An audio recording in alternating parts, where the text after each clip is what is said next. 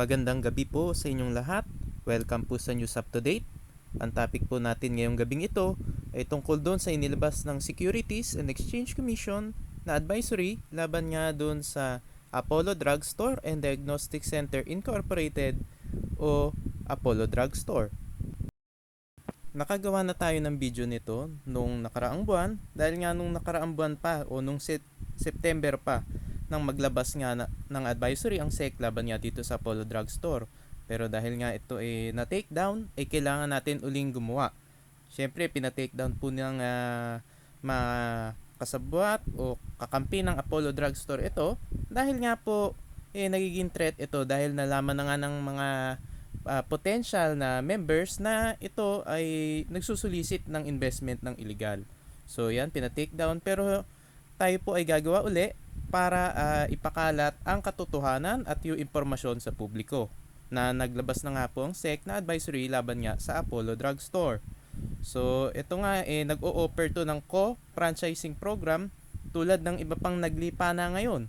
Ang dami nagkalat ngayon na nag-o-offer ng franchising program at yung pasimuno nito ay siya din ang pasimuno doon sa Astral Fuel na nag-o-offer din ng co-franchising program naman na nag-aalok naman para sa gas station dahil itong Apollo Drug Store sa naman to, drugstore and diagnostic center. So ito naman yung ino-offer nitong Apollo Drug Store.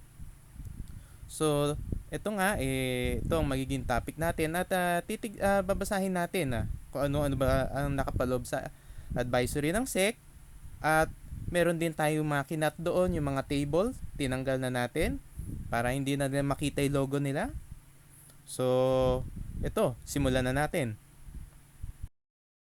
Ito nga, naglabas na nga na advisory ang SEC laban nga dito sa Apollo Drug Store kasi nga napag-alaman ng SEC na itong Apollo Drug Store and Diagnostic Center Inc. or Apollo Drug Store nga ay nanghihingi ng investment sa publiko at nangangako ng malaking rewards or malaking balik ng pera or malaking ROI na ito ay pangkaraniwan talaga na ginagawa ng mga company.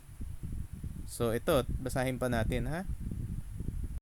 Base nga sa mga reports na natanggap na SEC, itong Apollo Drug Store nag-o-offer nga ng co-franchising program sa publiko na mula 100,000 pesos hanggang 500,000 pesos at nangangako ng kitaan na maaring umabot hanggang 12.8 million pesos sa loob lamang ng 5 taon.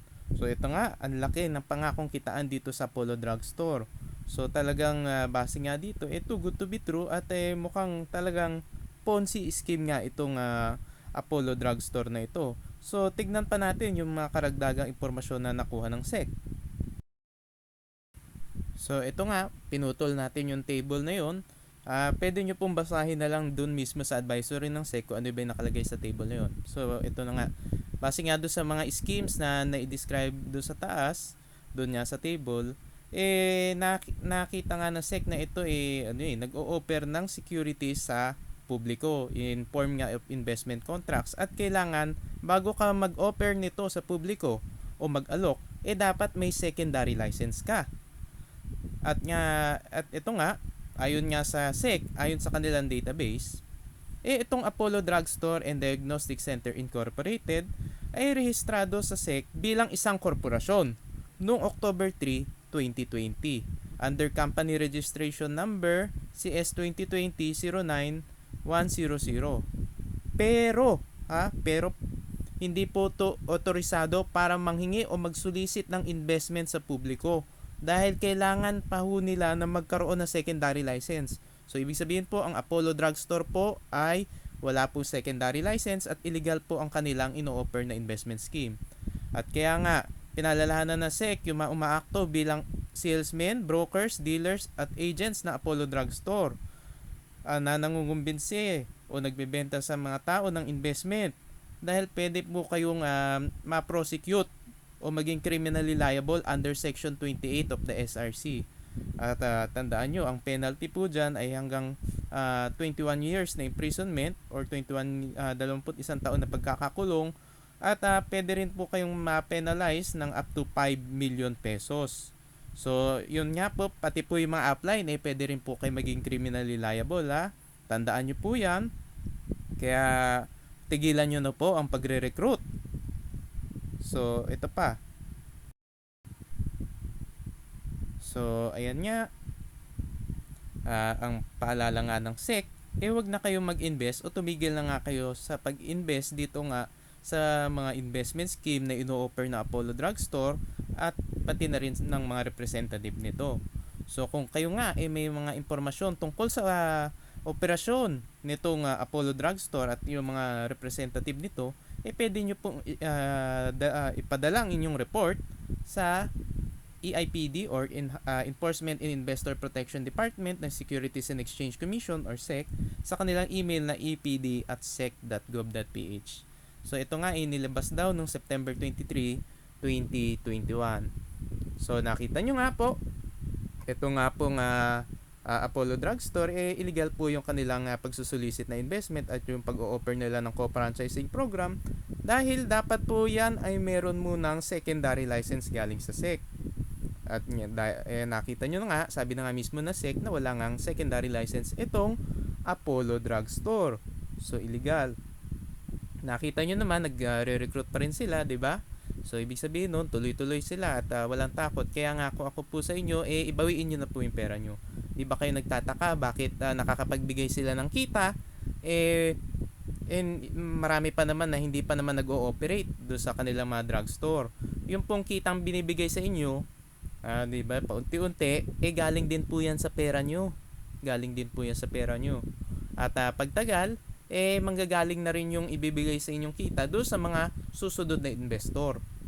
So ganun po yan, Ponzi scheme po yung ginagawa ng Apollo Drugstore. Ngayon, pag hindi na po kaya yon, tatakbo na po yan. Nakita nyo naman yung nangyari sa iba pang mga company, di ba? Tulad ng Masamart at kung ano-ano pang mga company. Yung Massdrap, di ba? Wala na. Dahil nga, Ponzi scheme, unsustainable po ang mga Ponzi scheme. At hindi naman ganun syempre kalaking kitaan dito sa drugstore business. Lalo na kung may mga lalaki kang mga competitor. Ano ba naman yung Apollo Drugstore? Ano bang leverage nila, di ba? Ano bang mas maganda sa kanila compared sa ibang drugstore? Tingin ko wala naman. Wala naman sila ibang ma-offer na unique. So, doon pa lang, kaduda-duda na. So, kayo nga mag-invest, dapat tignan nyo muna kung may secondary license yung isang kumpanya at kung maaari humingi kayo ng audited financial statement kung talagang totoo yung sinasabi nilang profitable yung negosyo na yun o baka naman puro pambobola lang ang sinasabi sa inyo nung company na yun. So, kaya nga kailangan dagdag na ingat ang inyong gawin.